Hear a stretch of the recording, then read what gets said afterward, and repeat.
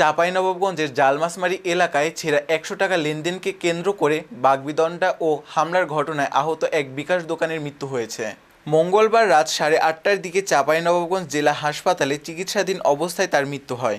নিহত বিকাশ দোকানদার বাবুল হোসেন শিবগঞ্জ উপজেলার জালমাছমারি এলাকার মৃত ইলিয়াস উদ্দিনের ছেলে। জানা গেছে, গত ২১ আগস্ট বড়চক এলাকার গুমানের ছেলে আসাদুল নিহত বাবুলের ভাই নজরুল ইসলামের বিকাশের দোকানে ২,০০০ টাকা ক্যাশ আউট করে। ২ ঘন্টা পর দোকানে এসে ১০০ টাকার ছেঁড়া একটি নোট রয়েছে বলে দাবি করে। এ নিয়ে বাগবিতণ্ডায় জড়ায় দুজন। কিছুক্ষণ পর ১০-১৫ জন দেশীয় বিভিন্ন ধরনের অস্ত্র নিয়ে দোকানে হামলা চালায়। ভাইকে বাঁচাতে গেলে হামলার শিকার হন বাবুল হোসেন।